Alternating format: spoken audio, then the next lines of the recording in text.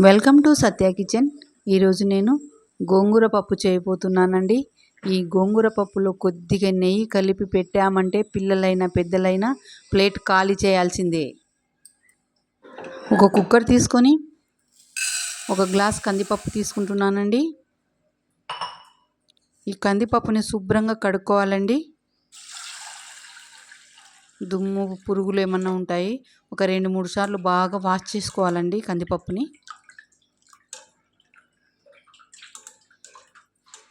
చూడండి, ఆ నీళ్ళని వంపేసిన తర్వాత ఇప్పుడు ఎసురు పోసుకుందామండి కందిపప్పుకి.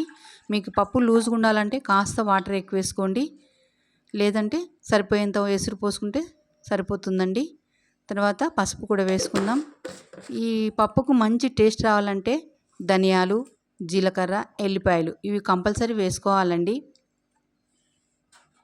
మీ దగ్గర చిన్న రోలు ఈ విధంగా ఉంటే గిన దాంట్లో యాడ్ చేసుకొని కచ్చా పచ్చగా దంచి వేసుకోండి, లేకపోయినా అట్లనే వేసుకోవచ్చండి.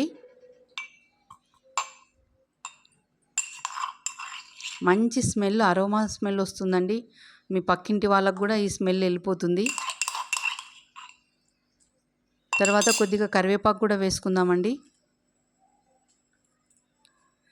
రుచికి తగ్గ పచ్చిమిర్చి వేసుకుంటున్నానండి. ఇక్కడ నేను ఎండుకారం ఏం వేయడం లేదండి, టోటల్గా పచ్చిమిరపకాయలే తీసుకుంటున్నాను.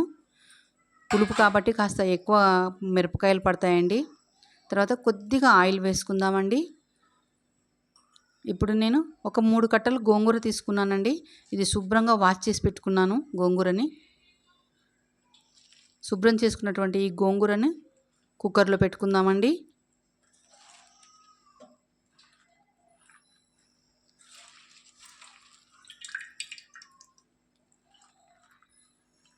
కుక్కర్ మూత పెట్టి ఒక 2 విజిల్స్ రానివ్వాలండి.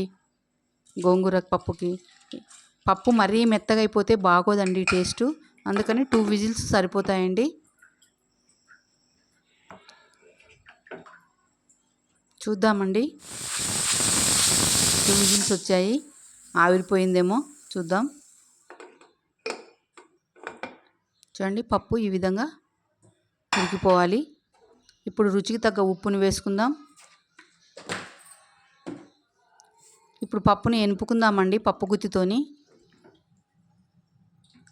కొంచెం పలుకులు ఉండేటట్లు ఎనుపుకోవాలండి. మరీ మెత్తగా కాకుండా పలుకుడు ఉండేటట్లు ఉండాలి. మనం తినేటప్పుడు అక్కడక్కడ కందిపప్పు తగులుతూ ఉంటే మంచి టేస్ట్ వస్తుందండి. చూడండి, ఈ విధంగా అక్కడక్కడ కందిపప్పు కనిపించాలండి. పప్పు రెడీ అయిపోయిందండి. దీనికి మనము తాలింపు పెట్టుకుందాం.